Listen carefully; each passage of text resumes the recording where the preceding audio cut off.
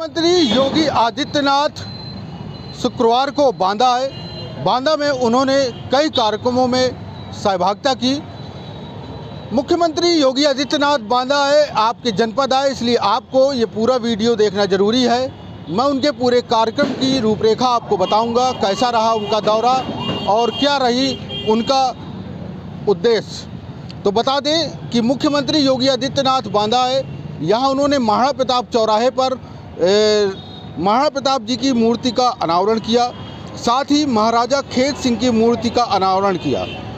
इसके बाद वो कालिंजर पहुँचे। यहाँ पर उन्होंने अपने उद्बोधन में समस्त प्रदेशवासियों को शिवरात्रि की बधाई दी।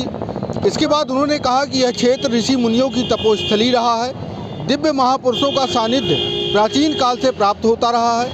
उन्होंने कहा कि बांदा में रानी दुर्गावती को कौन भूल सकता है।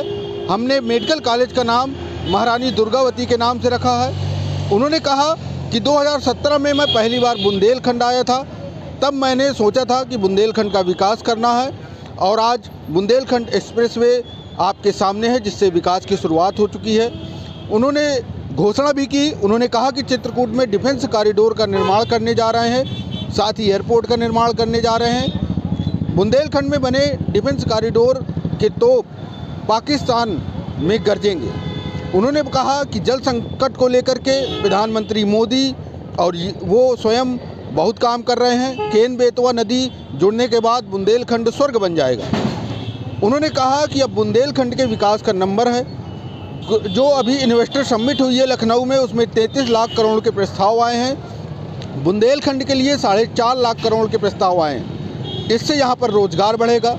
उन्होंने कहा कि कटिया गेहूँ और एक जनपद एक प्रोडक्ट से भी लाभ होगा। प्रधानमंत्री के निर्देश पर बुंदेलखंड के सभी जिलों को जोड़ा जाएगा, आपस में कनेक्टिविटी की जाएगी। और कहा कि यहाँ पर तमाम होटल खुलेंगे और जो किले जर्जर हैं उनको भी पुनरुद्धार किया जाएगा। योगी आदित्यनाथ ने कहा कि यह वो धरती है जहाँ शेरशाह सूरी अपनी जान गंवा बैठे, लेकिन यहाँ पर जीत नहीं पाए। ऐसी ज़मीन को विकसित किया जाएगा। साथ ही उन्होंने विपक्ष पर भी हमला किया। कहा कि जिन लोगों ने जातिवाद की राजनीति से परिवारवाद को बढ़ावा दिया है, जिन्होंने यहाँ की संपदा लूटी है, ऐसे लोगों की काली साया भी यहाँ नहीं पड़ना चाहिए। परिवारवादी लोगों को गरीब से मतलब नहीं था। बांदा जनपद में 8,84,057 लोगों को पीएम आवास मिले। क्या सपा बसपा कांग्रेस में नहीं मिलना चाहिए था? इस तरह से योगी आदित्यनाथ ने कहा कि बुंदेलखंड डबल इंजन की सरकार में प्राथमिकता में है। डबल इंजन की सरकार में राशन की डबल डोज दी गई। साथ ही उन्होंने एक बड़ी घोषणा की कि कार्तिक मेले को कालिंजर, जो कालिंजर में लगता है, उसको राजकीय मेला कहा जाएगा।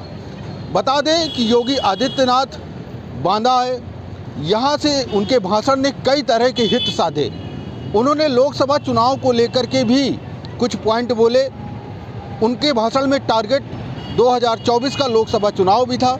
जैसे उन्होंने कहा कि बुंदेलखंड के लोग विपक्षियों की काली साया भी न पड़ने दे। इससे संकेत मिलता है कि वो 2024 की ओर इंगित कर रहे थे।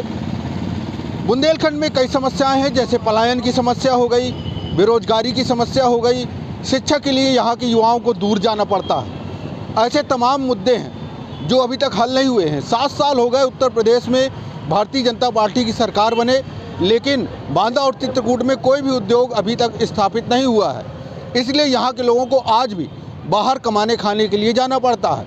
यहाँ के युवाओं को आज भी शिक्षा के लिए महानगरों में जाना पड़ता है। यहाँ की स्वास्थ्य सेवाएं आज भी बदहाल है।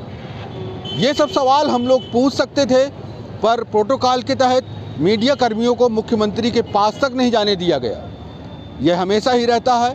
हालांकि विपक्षी सरकारों में मीडिया कर्मी मुख्यमंत्रियों से सवाल करते थे, उनका जवाब मिलता था, लेकिन इस सरकार में प्रोटोकॉल के तहत मीडिया कर्मियों को पास ही नहीं जाने दिया गया। इसलिए हम क्षेत्र के सवालों को पूछ ही नहीं पाए। देखा जाए तो एक प्रकार से कालिंजर क्षेत्र में जो ये जनसभा की गई, वो भारतीय जनता पार्टी को तो लाभ पहुंचाएगी ही, क्योंकि वो सुदूरवर्ती क्षेत्र है, पिछड़ा इलाका है। अच्छी खासी भीड़ भी वहाँ जमा हुई थी। योगी आदित्यनाथ भी ज़्यादातर अपने भाषणों में यही बोलते नजर आए कि उन्होंने क्या काम किए हैं और आगे क्या काम करने जा रहे हैं। लेकिन ज़मीनी हकीकत कुछ और ही कहती है, जो आप और हम जानते हैं, और उस हकीकत को बताना हमारा कर्तव्य है। अब आप आगे देखिए कि योगी आदित्यनाथ जी ने क्या कहा और खुद इसका विश्लेषण करिए कि कहाँ तक काम हुआ है और कहाँ तक योगी जी काम होने का दावा कर रहे हैं। ओम मणि वर्मा जी को, लोकप्रिय सांसद श्री आर.के.एस. पटेल को और हमारे यहाँ के बांदा नगर के विधायक श्री प्रकाश द्विवेदी जी को, प्रदेश सरकार में हमारे जल शक्ति मंत्री, आप देखिए बुंदेलखंड पानी के लिए तरस रहा था तो हमने जल शक्ति मंत्री भी बुंदेलखंड के दो लोगों को बनाया है। कैबिनेट मंत्री स्वतंत्र देव जी का पूरा जीवन बुंदेलखंड में व्यतीत हुआ। कार्यक्रम के बाद अब मुझे नीलकंठ महादेव के इस पावन धरा पर अजय कालिंजर दुर्ग में इस कालिंजर महोत्सव के शुभारंभ का भी सौभाग्य प्राप्त हो